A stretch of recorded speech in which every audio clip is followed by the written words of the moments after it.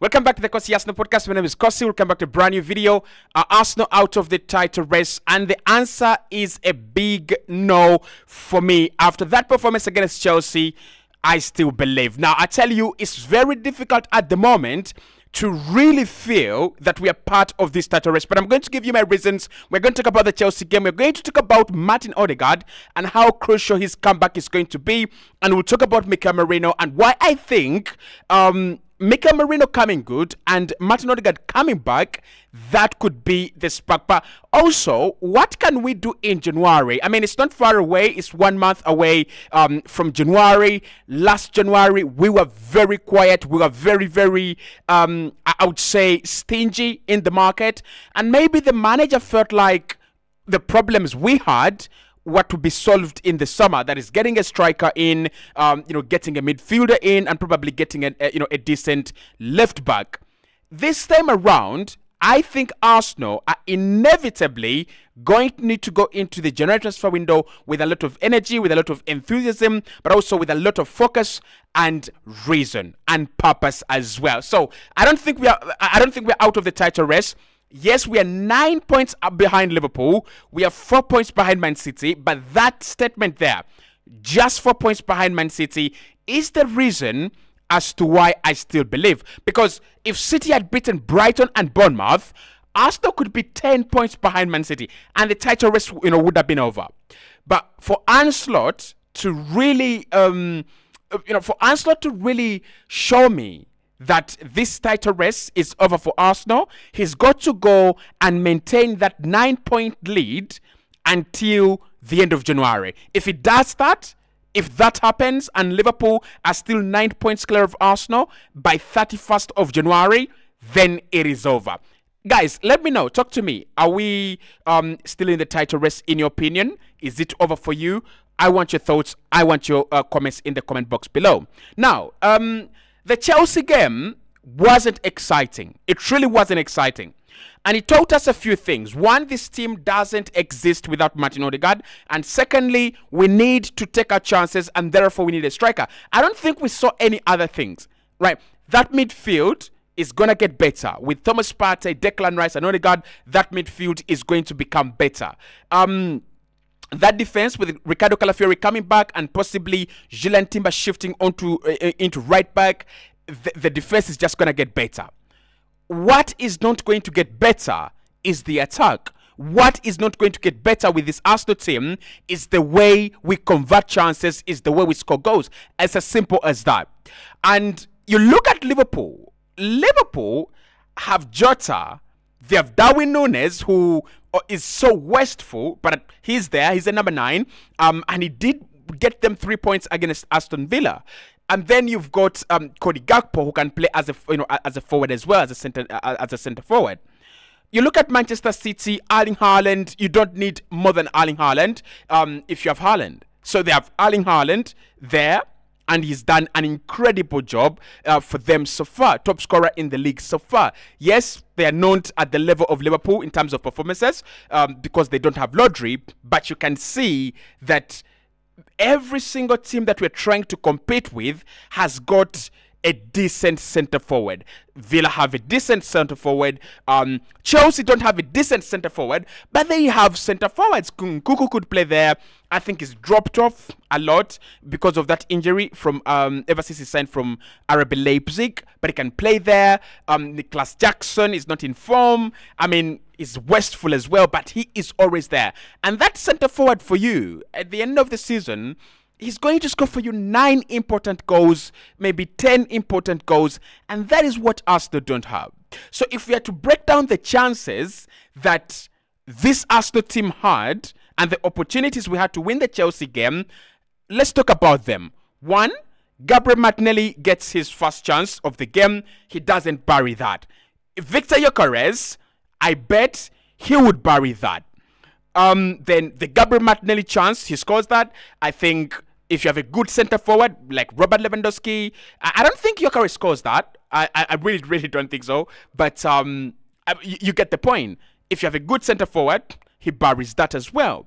Mikel Merino had a very good chance. You have a very good converter as a striker. he converts that. And then as the game is ending, Trossard misses one of the best chances of the game for you to go and win the game again. If that chance falls to your number 9, your center forward, he buries that. And one thing I want to say, by the way, right?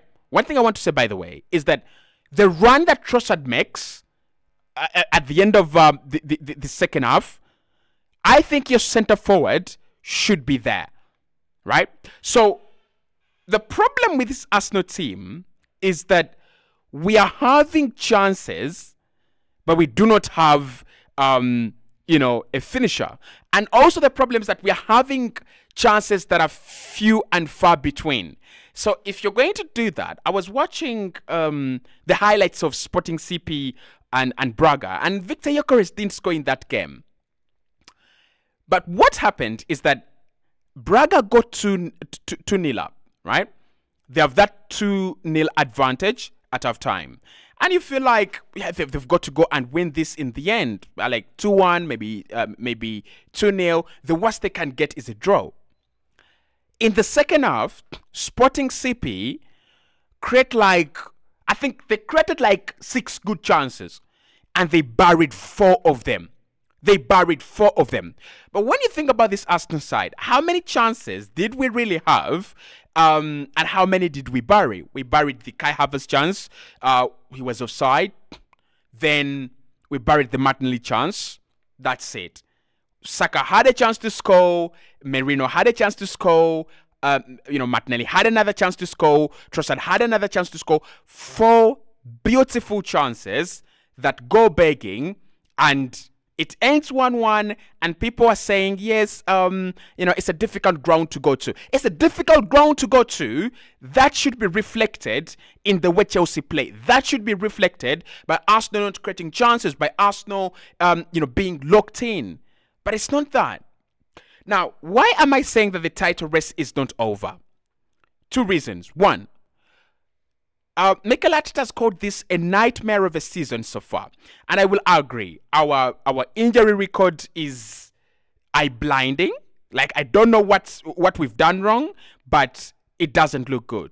And to make matters worse, I think we'll have more injuries. I don't think that Arsenal having Odegaard back and Saka back and maybe Calafiori back, that's the end of it. I think we shall have more injuries come this season. But where I think that the title race is still on, if we can get into 5 points, into a 5-point gap with Liverpool, if we can reduce that 9-point gap to 5 points, and we are chasing Liverpool with Manchester City, that Liverpool will feel the pressure. So Ancelotti as a new manager, obviously we have seen new managers come into the Premier League and they have done it. Mourinho came in at Chelsea, and he did it, and it was beautiful, right? But when you have Arsenal and Manchester City chasing you, when you have Mikel Arteta and Pep Guardiola chasing you, it is not the same as if Liverpool were being chased by Man City alone or Arsenal alone. And that's why I feel like Liverpool will feel it in their bones that they've got to deliver. The pressure will get onto them, right?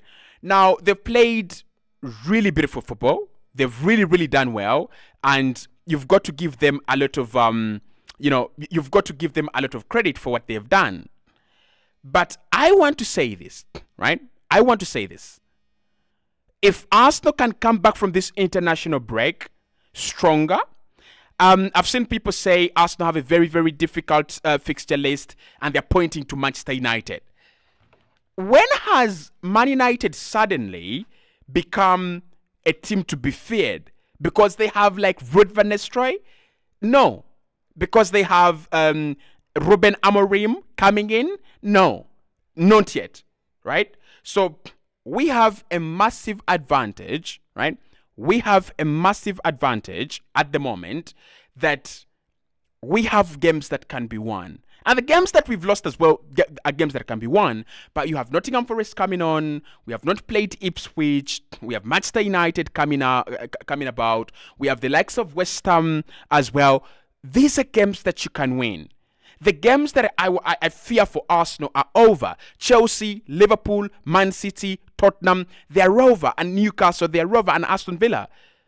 The rest of the games that we have to play are games that you can go and win 100%. We need that resuscitation that we got from Dubai. I don't know how we are going to get it from this international break. I don't even know whether our players won't be injured. I mean, Odegaard has not gone for international duty. Partey has not gone for international duty. But Rice and Saka have gone, and they're so important. But if we can do the unthinkable, end of November and December, if we can do the unthinkable, come the 31st and 1st of January, if Arsenal have a 100% win record in the Premier League, it is far from over. It is really, really, really far from over. Now, I've seen people say, sack the manager. I kind of feel pity for the Arsenal fan base, because this is supposed to be our big year. This is supposed to be the year that Arsenal prove haters wrong, and it's not going in the right direction. It's not going in the way we would want it to. But what I'm going to say, right? What I'm going to say is that regardless of what happens, right? Regardless of what happens, I wouldn't sack Mikel Arteta this year. I wouldn't sack him this season. And the reason is, the best teams know how to stick by their managers. Now, I am angry at Mikel for some reasons, but I think as a manager, at times you can't blame him. I mean, he's gone to the transfer market and he has brought in cover for Odegaard and Rice in Mikel Merino. He's brought in Calafiori to add to a very strong defensive line that he had last campaign. He has had Partey fit for a big chunk of the campaign. I think as a manager, you can't blame him for the injuries that have happened, especially this season, right? Because, listen, yes, he didn't rotate many players last season, but it is this season, and these players have played in the Euros, and these players have played a lot of football international break, and they're picking up these injuries during international duty. So you can't blame him. So I wouldn't sack the manager. I wouldn't even think about sacking the manager, because for me, the title race is not even over, right? A week ago, I was thinking it's done. But when I saw Man City lose a lead to Brighton and go home without a point, I said it's not over, because the people that set the bar are Man City. The people that are setting the bar, they're Man City. If Man City say that we are going to win the league at 89 points, then what Liverpool says doesn't matter, and what Arsenal say doesn't matter. And at the moment, we are 4 points behind City. It is scary, but City have not come at the Emirates Stadium yet. So can we capitalize on that? And can we stop dropping points? Maybe. The last thing I want to say, Arsenal have not won a game in the last 4 Premier League games, and we have not kept a clean sheet in our last 7 games. The defensive strategy to win the title isn't working. Mikel Arteta, wake up, right? Mikel Arteta, wake up. Our strategy shouldn't be parking the bus. Our strategy shouldn't be how good our defense can be, how good our defense is. It shouldn't be. Our strategy should be, and this is like coming from a purely objective point of view, our strategy should be, how well can we win games? Not how many kg games can we win, not how many kg points can we win. Because imagine, we lead against City, we lead against Brighton, we lead against Liverpool, we lead against Chelsea. Those are 4 games where Arsenal have dropped points from winning positions. What does that tell you? That tells you that this team needs to be more I say, more offensive than pragmatic. If we attack Chelsea more and probably get a second goal and bury our chances, we don't have to look at that defensive, mistake that leads to the goal. Because the midfield is cut open and Pedro Neto just fires it into the back of the net without any pressure. But if you're 2 goals up, maybe you don't have to. And I'll tell you, Liverpool are not the best team defensively. I saw that Aston Villa game. I saw chances where Callagher is making spectacular saves. And I'll tell you, our goalkeeper makes spectacular saves. But the difference between Arsenal and Liverpool is Liverpool go and score more. So can we go and score more? Can we look to score more? Can we not look to concede less? Right? I think the title race is still on. It's not over. It's not over. But January is going to be key. And I tell you, these 2 weeks before football returns, we'll talk much about January.